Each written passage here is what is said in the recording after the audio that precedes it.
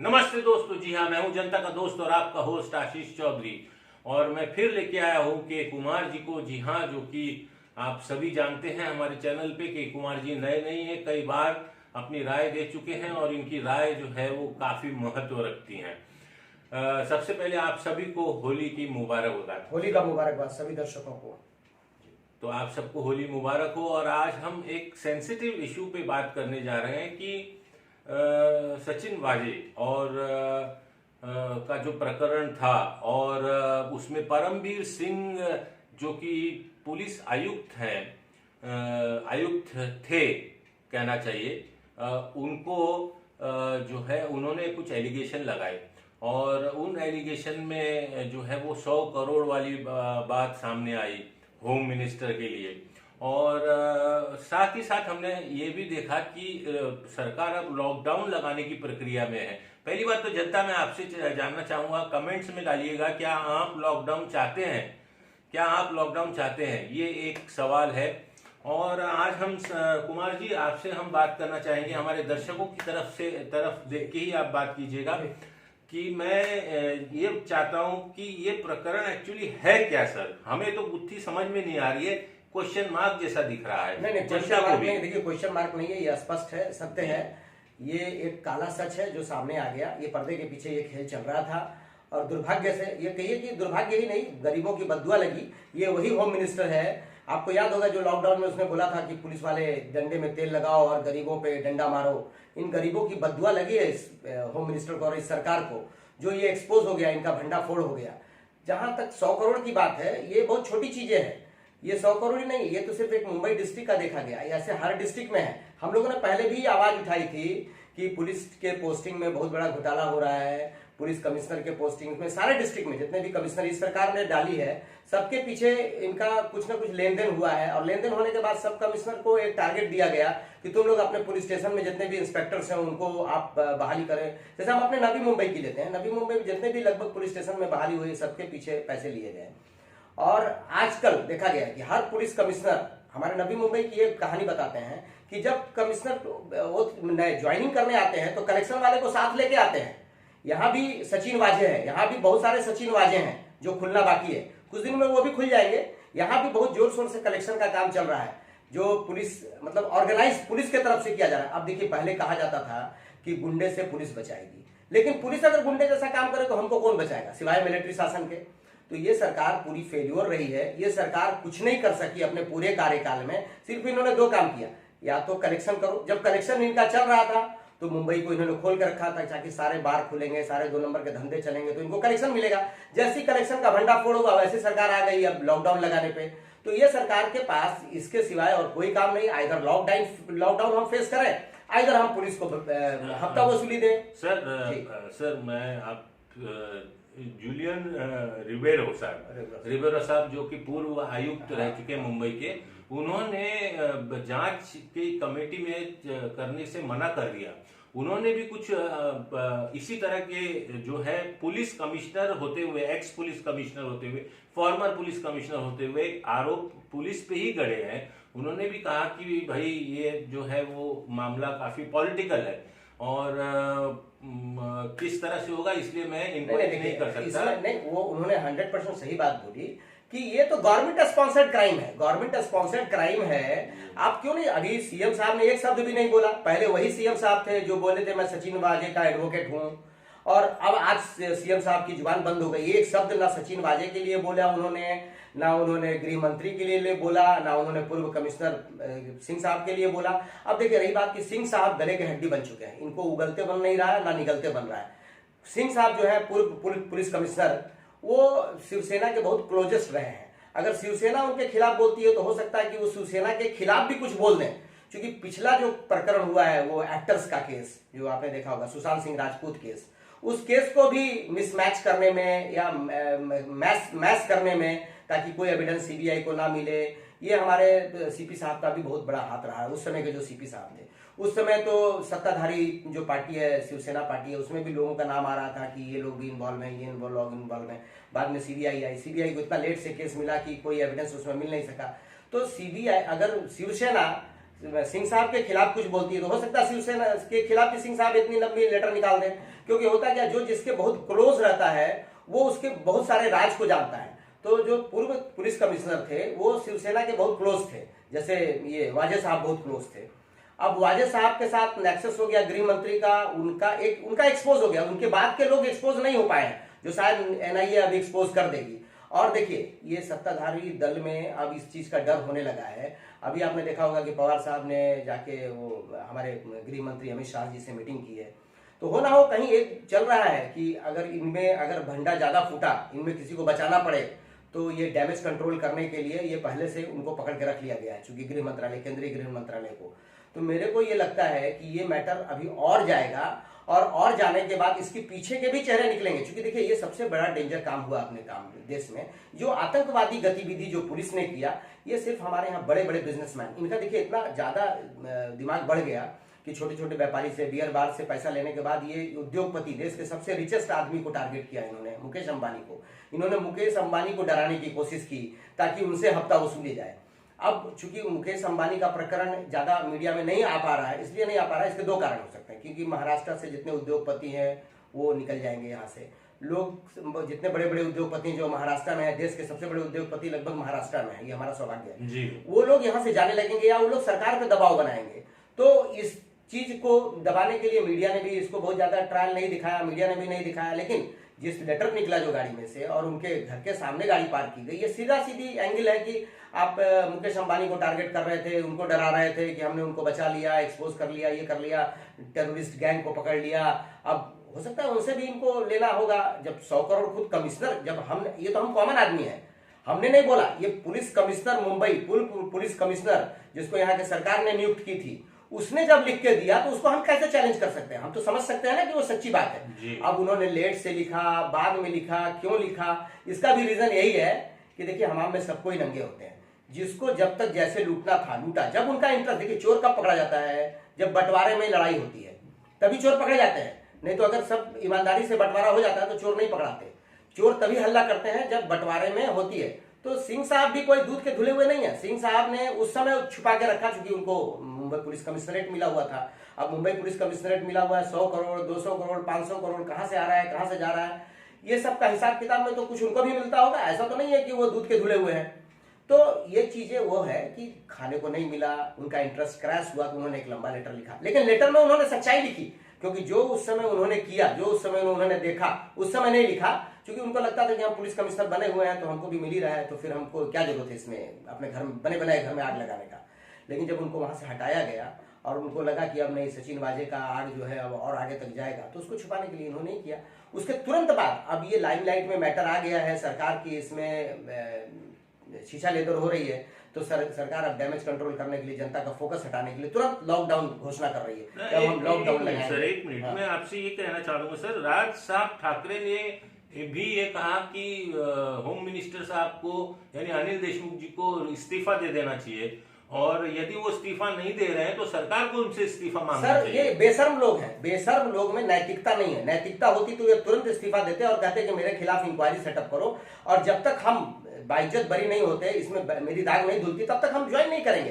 तो बेशर्म लोगों को इस्तीफा देने के लिए, मतलब उनको, उनकी नैतिकता ही नहीं है तो इस्तीफा क्या देंगे? और सरकार भी नहीं ले सकती, सीएम भी नहीं ले सकते, कि उनका भी नैतिकता आधार नहीं है, क्योंकि कहीं ना कहीं से वो भी, सचिन वाजे उन्हीं का बच्चा है, पहले शिवसेना में था, उन्होंने ही लाया। देवेंद्र फडणवीस ने बोला कि उस समय जब सीएम थे तो वही इनकी पैरवी की जा रही थी शिवसेना के द्वारा कि हाँ लाओ, और उसके बाद उनको, आप देखिए एक सिविल सब इंस्पेक्टर आदमी जो कमिश्नर से भी बड़ा हैसियत रखता हो, अब कहते हैं ना कि सैया भया कोतवाल तो डर काहेगा, तो उस सब इंस्पेक्टर को डर इसलिए नहीं थी कि सीएम उसका है, गृह मंत्री उसका है, पूरी स्टेट उसकी है, तो उसको किस बात का डर है? तो ये चीजें खुल के सामने आ गई। अब ये बेशर्मी है सत्ताधारियों का कि ये रिजाइन नहीं दे रहे हैं या रिजाइन नहीं ले पा रहे हैं। सीएम की कमजोरी है, सीएम इतना कमजोर है हमारे यहाँ कि उसकी ताकत नहीं है कि वो रिजाइन ले ले, रिजाइन करवा दे, नहीं सर, या हटा दे। आप कैसे बोल सकते हैं कि सीएम कमजोर है हमारे? सर अब आप सीएम कमजोर नहीं है तो इतना बड़ा कांड हुआ बॉम्बे में, पुलिस पे इतना बड़ा दाग लगा जी। क्या नैतिकता नाम की कोई चीज बची हुई नहीं है इस देश में? जी। हम पहले जनता है कि पहले वो भ्रष्ट लोग हैं, पहले जनता को का स्वार्थ देखना, हित देखना है या भ्रष्ट लोगों का हित देखना है? तो ये सरकार भ्रष्ट लोगों के हित के लिए काम कर रही है कि कॉमन जनता के लिए काम कर रही है? अभी आप बताइए, लॉकडाउन से, कोरोना से जितना ज्यादा नहीं लोग मर रहे हैं, उतना तो ज्यादा लोग भूख से मरेंगे। किसी तरह से लोगों ने जुटा के कर्ज लेके कैसे अपना फिर से बिजनेस स्टार्ट करने की कोशिश की, आपने फिर उसको मैश कर दिया, फिर उसमें आग लगा दिया आपने। अब बताइए, एक साल अभी तक तो कोरोना लॉकडाउन ही चल रहा है, 100% अनलॉक हुआ नहीं। 12 बजे ट्रेन चलेगा, इतने बजे ये लोग जाएंगे, इतने बजे ये लोग जाएंगे, ऐसे लोग जाएंगे। संडे को रात को लॉकडाउन, रात को कोरोना, 8 बजे से 8 बजे से मतलब सरकार ने ये शोध किया है कि 8 बजे रात के बाद कोरोना का मूवमेंट ज्यादा हो जाता है। तो उन्होंने कहा कि रात में कर्फ्यू कर देंगे, दिन में कोरोना कम रहता है, इसीलिए दिन में जा सकते हैं आप। अगर उससे भी ज्यादा लगा तो हम लॉकडाउन कर देंगे, क्योंकि लॉकडाउन करेंगे तो सब जनता का अटेंशन लॉकडाउन की तरफ चल जाएगा, भूखों के पेट की तरफ चला जाएगा। तो लोग सरकार की जो नाकाबिलियत है, वो नाकामी सरकार का खुल के सामने आ जाएगा। लोग देखेंगे, लोग हंसी उड़ाएंगे, लोग मजाक उड़ाएंगे। लोगों का इस सरकार के ऊपर से भरोसा खत्म हो गया है। और ये सरकार अभी 1.5-2 साल हो रहा है, एक भी ऐसा काम नहीं किया जो जनहित में हो।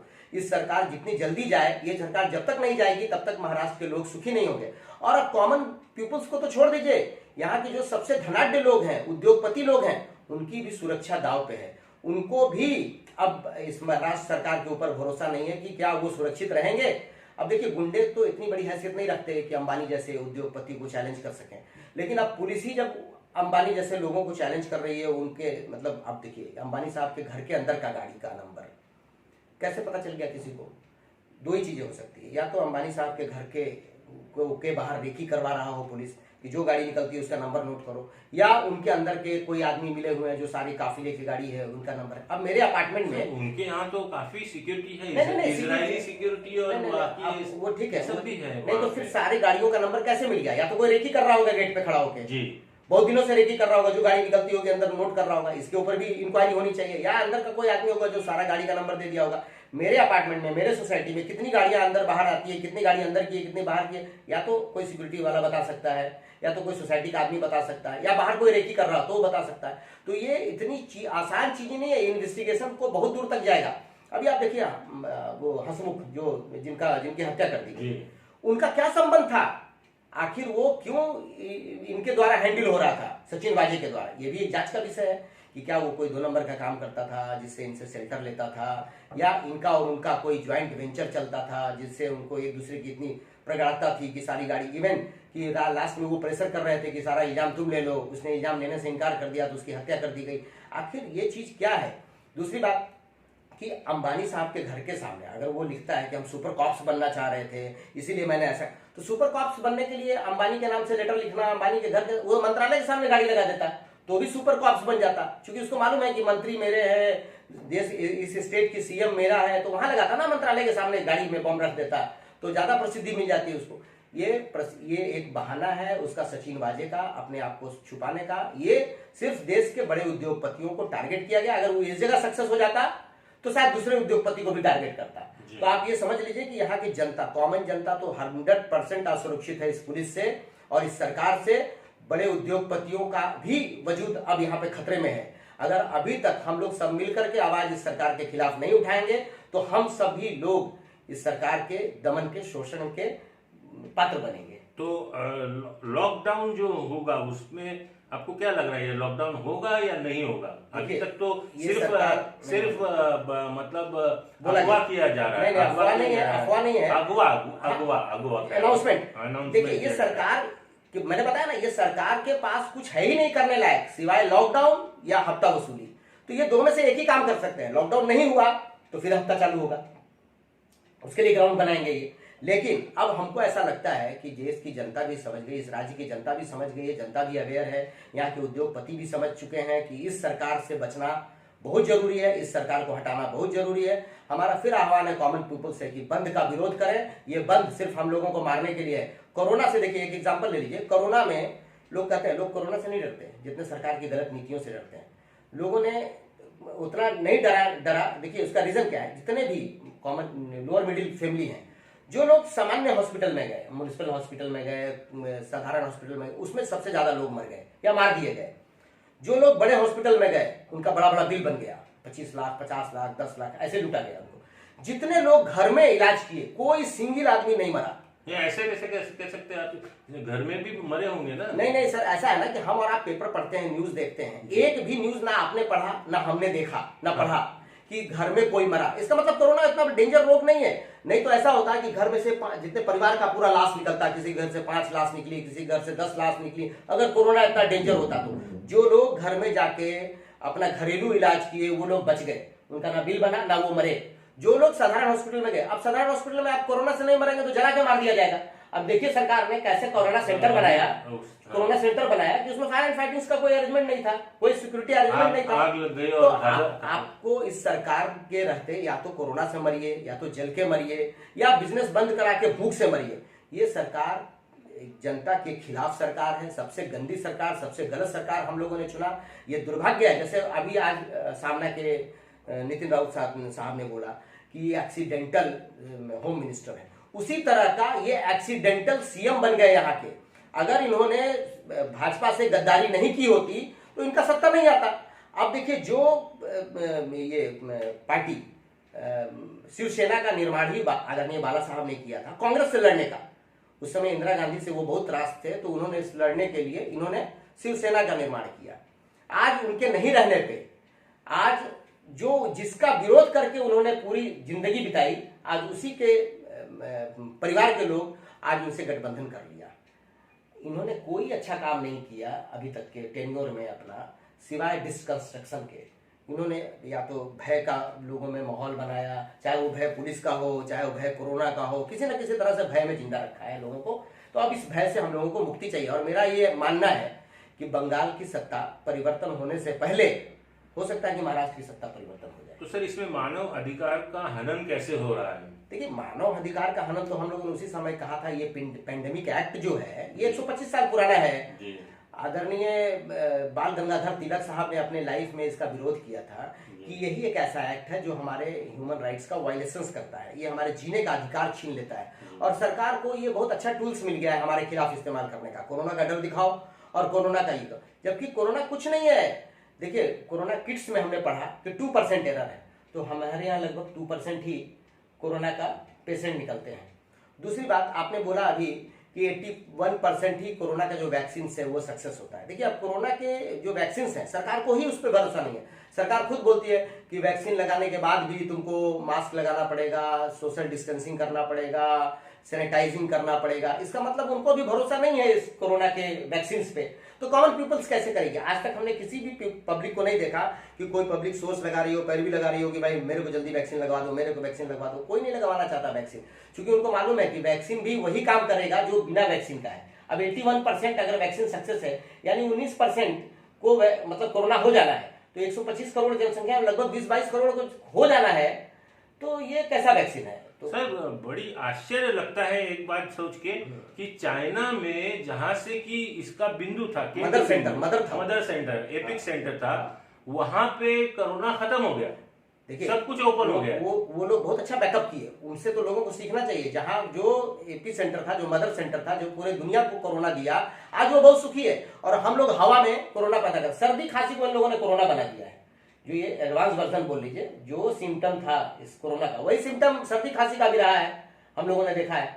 और जब वैक्सीन आ गया तो फिर क्यों बंदी? आपने कहा था ना कि वैक्सीन आ जाएगा तब तक लोगों को बचना है, तब तक हम लोगों को बचाना है। अब वैक्सीन आ गया तो फिर बंदी क्यों जा रहा है? ये सरकार नाकाम है, 100% नाकाम है। देखिए जहां जहां लगभग बीजेपी गवर्नमेंट है वहां बंदी नहीं हो रहा है।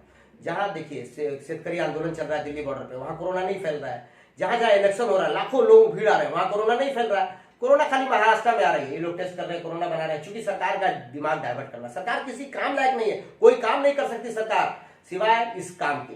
डिसकंस्ट्रक्टिव गवर्नमेंट बन गई, दुर्भाग्य से एक्सीडेंटल सीएम बन गए हमारे यहाँ। ऐसा बोलना चाहिए हमारे सामना के मुख्य संपादक को भी। ये जो उन्होंने गृह मंत्री पे आरोप लगाया है ना, यही चीज इनके ऊपर भी फिट होती है। ये एक्सीडेंटल सीएम है। अगर इन्होंने गद्दारी नहीं की होती, इन्होंने शिवसेना भाजपा को धोखा नहीं दिया होता, तो इनकी सरकार नहीं बनती।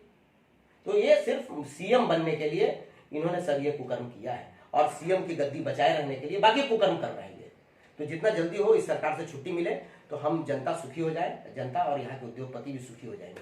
चलिए सर, जाते जाते हमारी जनता को कुछ संदेश देना बस यही देंगे कि साहब ये अपनी आवाज को बुलंद कीजिए, अपने अधिकारों को बुलंद कीजिए, बंद से बचिए। बंद हमको कोरोना से ज्यादा घातक बंदी है हमारा। इस बंदी का विरोध कीजिए और पूरी जोर विरोध कीजिए। इस सरकार का भी विरोध कीजिए और इस लॉकडाउन का भी विरोध कीजिए, तभी हम और आप जिंदा रहेंगे। कोरोना से कोई नहीं मरता, सिर्फ मर रहे हैं सरकार की गलत नीतियों से। ये बंदी से हम फिर मरेंगे वापस। कितने लोग कर्ज से कैसे मर रहे हैं, कर्ज से कैसे कैसे लोगों ने अपने कारोबार को फिर से खड़ा करने की कोशिश की, लेकिन ये सरकार वापस उसको बुझाने में लगी है। सरकार का विरोध कीजिए और लॉकडाउन का विरोध कीजिए। चलिए, नमस्कार। और इतना कहना चाहूंगा कि ये राय कुमार जी की थी और जनता आपके ऊपर है। आप क्या सोचते हैं कमेंट में डालिए। लॉकडाउन जरूरी है या नहीं है? संजय वाजे के ऊपर प्रक्रिया के डालिए। जो भी इस न्यूज से कनेक्टेड, जो अभी के कुमार जी ने कहा, इस न्यूज से कनेक्टेड ही कमेंट्स बॉक्स में कमेंट्स डालिए, वरना कमेंट्स मत डालिए। जी हाँ, चलते हैं। आप लोगों ने हमें देखने के लिए वक्त निकाला, इसलिए बहुत बहुत शुक्रिया। जय हिंद, जय महाराष्ट्र।